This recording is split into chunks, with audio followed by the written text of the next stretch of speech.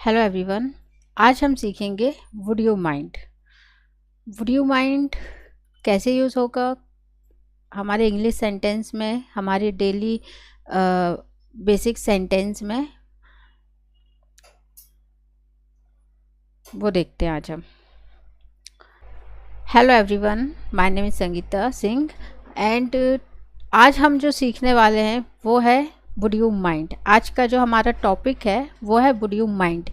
किस तरीके से हम इसका यूज़ कर सकते हैं अपने डेली बेसिक सेंटेंस पर, वो देखते हैं।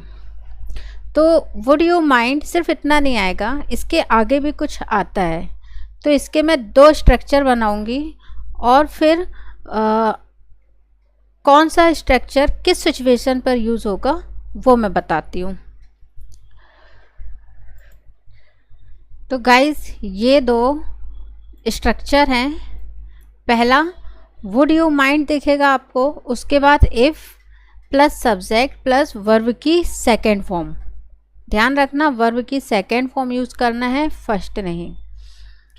सेकेंड वाले में आपको वुड यू माइंड दिखेगा, साथ में जीरंट आएगा। जीरंट मीन्स वर्ब में आईएनजी, या इसे हम बिफोर भी कहते हैं। इसके बाद प्लस ऑब्जेक्ट।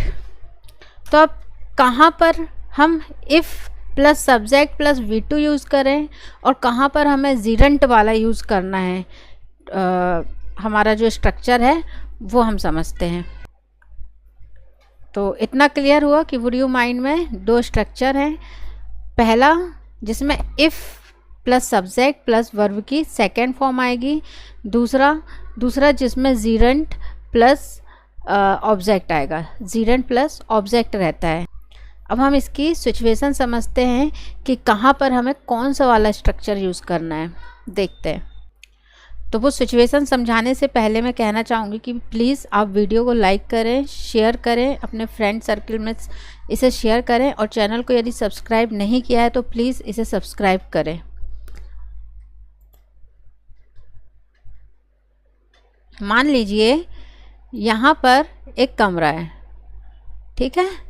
इस कमरे में खिड़की है और दो लोग हैं, दो बॉयज़ हैं समझ लो। एक यहाँ पर है और एक यहाँ पर है। अब ये जो बॉय है ये सोना चाहता है, अपने बेड पर जाकर ये सोना चाहता है। तो और पहला वाला यहाँ बैठा हुआ है, या समझ लो इसका एक कंप्यूटर ओपन करके बैठा हुआ है। अब ये जो इसका फ्रेंड है ये खुद जा रहा है इस विंडो को ओपन करने, विंडो ओपन है, इस विंडो को क्लोज़ करने जा रहा है। और क्लोज़ करने से पहले अपने दोस्त से कह रहा है would you mind if I close the window. Means तुम्हें कोई प्रॉब्लम, तुम्हें इससे कोई दिक्कत तो नहीं है यदि मैं इस विंडो को बंद कर देता हूँ। तो ये हो गई फर्स्ट सिचुएशन। अब दूसरी सिचुएशन ये वाली वुड यू माइंड प्लस जीरंट वाली। यही लड़का हम खिड़की को यहाँ से हटा के कहीं बीच में कर देते हैं। समझ लो ये खिड़की यहाँ बीच में है, हाँ। अब यही लड़का सोने जा रहा है और इससे कह रहा है कि would you mind closing the window. Would you mind closing the window मतलब ये खुद नहीं जाएगा, अब इस खिड़की को बंद करने ये खुद नहीं जा रहा है, ये इसे एक तरीके से ऑर्डर कर रहा है, रिक्वेस्ट कर रहा है। Would you mind closing the window मतलब इसे बंद करने के लिए कह रहा है कि क्या इस खिड़की को बंद कर दोगे, और उसके आगे लगा रहा है वुड यू माइंड। मतलब खिड़की को बंद करने में आपको कोई दिक्कत ना हो तो आप प्लीज़ उसे बंद कर दो, इस तरीके की हिंदी इससे निकलेगी। तो फ़र्क आपको समझ में आया। फर्स्ट वाले में ये खुद क्लोज करेगा उस चीज़ को, जो एक्शन ये बोल रहा है, जो काम ये बोल रहा है ये खुद करेगा। और सेकंड वाले में ये चाहता है कि सामने वाला व्यक्ति उस काम को करे, उस एक्शन को करे। तो ये रिक्वेस्ट कर रहा है उससे, यदि आपको कोई दिक्कत ना हो तो प्लीज़ खिड़की बंद कर दो, यदि आपको कोई प्रॉब्लम ना हो तो please turn off the light, please light बंद कर दो। Would you mind giving your bike की। तो यदि आपको कोई प्रॉब्लम ना हो तो अपनी चाबियाँ जो है मुझे दे दो। तो ये वो जो देने का काम, वो जो एक्शन है, वो ये वाला व्यक्ति करेगा, ठीक है, जब हम जीरंट वाला यूज़ करते हैं। और if plus subject plus V2 में हम खुद किसी एक्शन को करते हैं और हमारे दिमाग में ये चलता है कि हम यदि कोई एक्शन कर रहे हैं, उससे यदि उस जगह पे कोई भी बैठा हुआ है, उससे कोई दिक्कत ना हो, उसे कोई आपत्ति ना हो, तो एक तरीके से हम एक एक्सक्यूज़ ले लेते हैं, है ना, पहले ही, उस काम को करने से पहले ही। जैसे कि कुछ इसके एग्जाम्पल दिखाती हूँ मैं आपको। अब हम इसमें कुछ सेंटेंस देख लेते हैं। फर्स्ट है इसमें, I want to leave early, मतलब मैं जल्दी जाना चाहती हूँ। अब उस कमरे में या उस जगह पे 2 लोग तो पक्का हैं, जिससे मैं ये कह रही हूँ, would you mind if I left early. आपको कोई आपत्ति, कोई दिक्कत तो नहीं होगी यदि मैं जल्दी चली जाऊँ। बी है, I want you to leave early. अब मैं चाहती हूँ, आई वॉन्ट मतलब मैं चाहती हूँ, I want you to leave early, मैं चाहती हूँ कि आप जल्दी चले जाओ। तो जब मैं चाहती हूँ कि वो सेकेंड पर्सन कोई काम करे, कोई एक्शन करे और उसे भी कोई तकल्लुफ़ महसूस ना हो उसमें, फिर मैं कहूँगी would you mind leaving early. तो ये जीरंट, ये V4 आ गया, ठीक है। तो ये वर्ब की 4th फॉर्म नहीं है, ये यहाँ पे जीरंट का काम कर रहा है, दिख रहा है वर्ब की 4th फॉर्म, पर है ये जीरंट।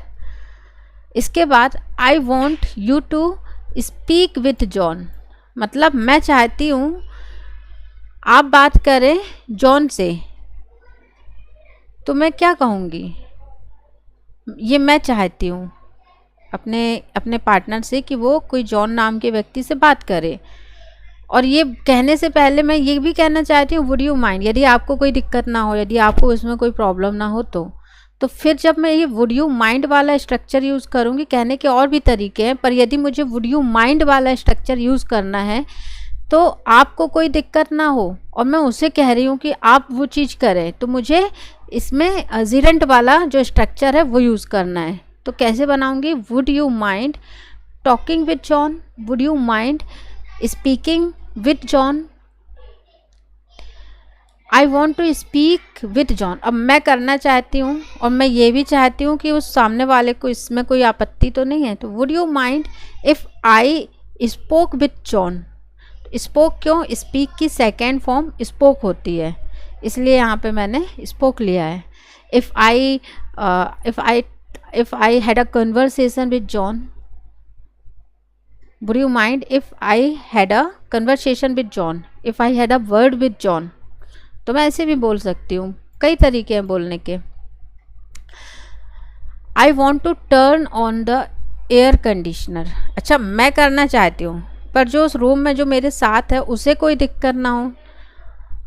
और एक तरीके से एक एक्सक्यूज़ ले लेना, कोई काम करने से पहले सामने वाला भी उस चीज़ से राजी है, उसे वो चीज़ थोड़ी सी ये फॉर्मेलिटी दिखाता है ना, फॉर्मल वे में होता है ये सब चीज़ें। तो ये कैसे बनेगा, ये आप मुझे कमेंट सेक्शन में ये दोनों का बना के देखो। पहला, I want to turn on the air conditioner, I want you to turn on the air conditioner.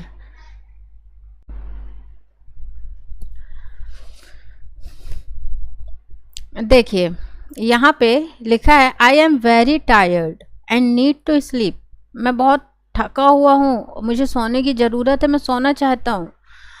Would you mind, और यहाँ पे ये वर्ब दी गई है गो टू बेड। यदि आई थका हुआ है, आई मतलब मैं यदि थकी हुई हूँ तो मैं अपने बारे में ही बोलूँगी ना कि मैं बेड पर चली जाऊँ। तो वहाँ कोई ना कोई तो है जिससे मैं ये डायलॉग बोल रही हूँ कि वुड यू माइंड। तो यहाँ पे कौन सा वाला स्ट्रक्चर लगेगा, यदि एक्शन मैं कर रही हूँ और मैं चाहती हूँ कि मेरे उस एक्शन से, मतलब मैं ये ऐसा दिखाना चाहती हूँ कि मेरे इस एक्शन से यदि आपको कोई प्रॉब्लम ना हो, तो फिर मैं if plus subject plus V2 वाला यूज़ करूँगी। कैसे बोलूँगी, would you mind if I went to bed. अब ये वेंट क्यों हो गया? क्योंकि गो की सेकेंड फॉर्म वेंट होती है। Go, went, gone, going, goes. तो हम यहाँ पे वेंट यूज़ कर रहे हैं। Would you mind if I went to bed? I am sorry I didn't understand what you said. मुझे मतलब मैं सॉरी कहती हूँ उस चीज़ के लिए कि भाई आपने जो कुछ भी कहा मुझे समझ में नहीं आया, सब कुछ ऊपर से गया। तो वुड यू माइंड, अब यहाँ पे वर्ब दे दी गई है, तो आप बताओ मैं इस रिपीट का रिपीटेड करूँ या फिर रिपीटिंग करूँ? तो यदि मैं सामने वाले से कह रही हूँ, सामने वाले ने जाहिर सी बात है कुछ कहा है और वो मेरे समझ में नहीं आई, तो मैं उससे कह रही हूँ कि प्लीज़ आप उसे रिपीट करो यदि आपको कोई दिक्कत ना हो तो यदि मेरे मन में ऐसी फीलिंग है तो मैं कहूँगी would you mind repeating your words, would you mind repeating what you said. जो भी आपने कहा कि आप उसे रिपीट करेंगे यदि आपको कोई इसमें दिक्कत ना हो, परेशानी ना हो। जैसे कि हम क्लास में हैं, अब क्लास में टीचर ने कुछ समझाया, अब वो लेसन जो भी उन्होंने समझाया, एक्सप्लेन किया, वो समझ में नहीं आया, तो स्टूडेंट क्या कहेगा? Sir would you mind repeating that again, repeated it again. यदि आपको कोई दिक्कत ना हो तो प्लीज़ इसे दोबारा समझा दीजिए। तो वो डायरेक्ट ऐसे नहीं बोलेगा कि sir please explain, please explain again. एक तरीका होता है बात को रखने का। तो ये वही चीज़ है, हमें आनी चाहिए।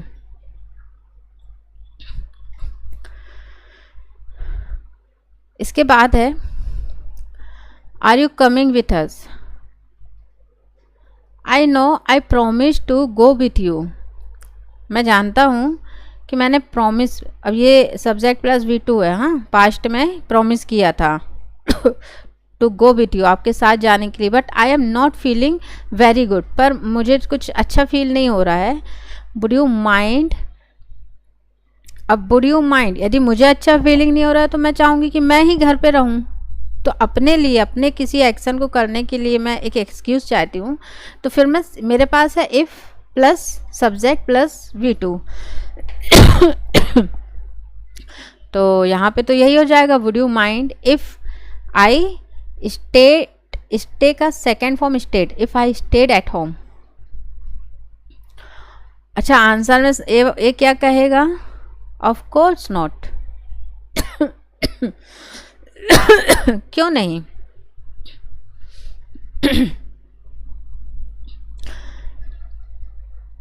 यदि वो उस चीज़ से नाराज़ नहीं हुआ है तो, नाराज़ है तो फिर उसके आंसर चेंज हो सकते हैं।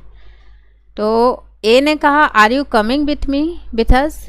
बी ने कहा I know I promise to go with you, मैं जानता हूँ मैंने आपको प्रॉमिस किया था, but I am not feeling very good.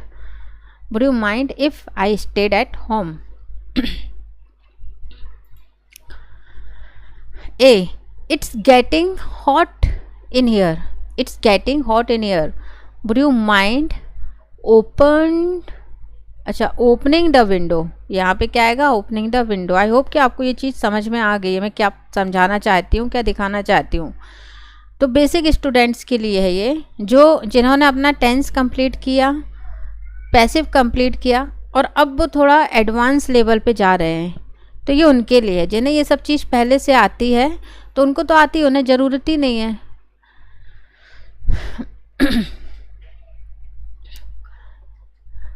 No, B ने आंसर दिया no, it's getting hot in here. तो यहाँ पे कुछ मतलब गर्म हो रहा है माहौल, मौसम गर्म हो रहा है। Would you mind opening the window? तो कुछ इसका ऐसा सीन होगा ना कि ए है, ये बी है, अब ए इसे ही ऑर्डर दे रहा है कि आपको कोई दिक्कत तो नहीं है, प्लीज़ ये ओपन विंडो जो है इसे ओपन कर दो।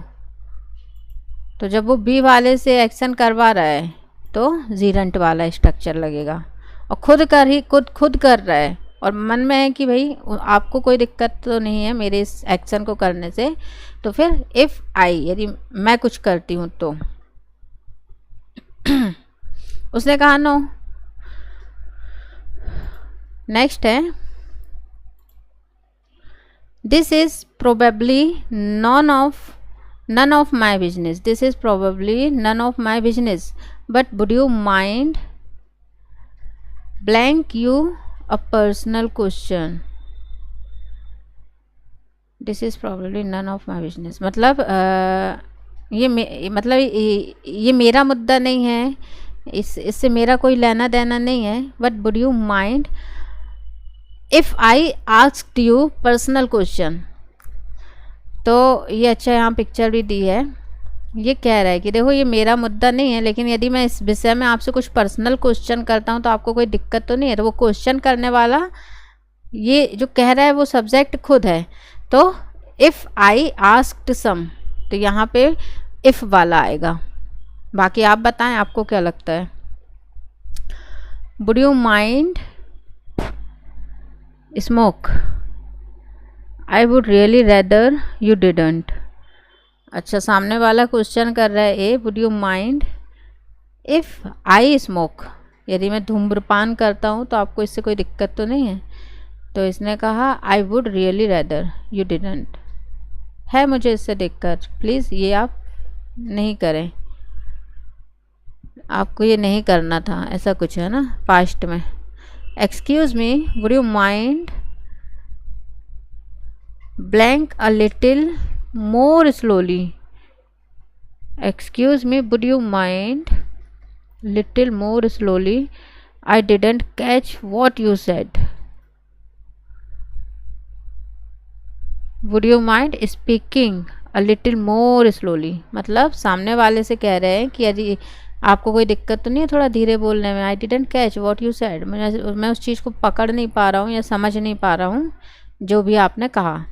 तो बी ने कहा oh of course I am sorry, इस चीज़ के लिए मुझे माफ़ करें. I don't like this TV programme. Would you mind, मतलब सब्जेक्ट को खुद को ये चीज़ पसंद नहीं है तो वो दूसरे को कह रहा है चेंज करने को, तो वहाँ पे जीरेंट वाला आएगा, ऐसे समझ जाओ.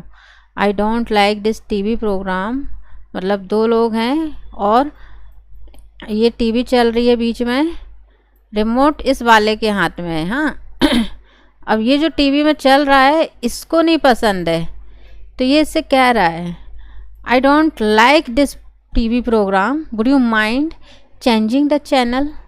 तो ये जीरेंट वाला आएगा यहाँ पे. O B O. तो बस यही है would you mind. I hope guys कि आपको समझ में आया हो. आप भी कुछ इसके इसके कुछ सेंटेंस बनाएं और कमेंट सेक्शन में ज़रूर डालें, इससे मुझे समझ में आएगा कि कितना आपने देखा और कितना आपको समझ में आया. बड़ा ही इम्पोर्टेंट टॉपिक है ये, अक्सर सामने आ जाता है. तो याद रखना वुड यू माइंड के आगे वुड यू माइंड के दो स्ट्रक्चर बनेंगे. एक जिसमें मैं खुद कोई एक्शन कर रही हूँ, जिसमें मैं खुद एक्शन कर रही हूँ उसके लिए I, if plus I plus V2 verb की सेकेंड फॉर्म. और यदि मैं सामने वाले से कुछ करने के लिए कह रही हूँ कि भाई वो काम करने में यदि आपको कोई दिक्कत ना हो तो प्लीज़ ये कर दो. Would you mind opening the अलमीरा? Would you mind cooking food for me? Would you mind making tea for me? तो मैं उससे ये सारे काम करने के लिए कह रही हूँ. और जहाँ मुझे खुद करना है, would you mind if I made tea? Would you mind if I opened your locker? तो ये है वुड यू माइंड. ठीक है, फिर मिलते हैं अपने नेक्स्ट वीडियो में नेक्स्ट नए टॉपिक के साथ.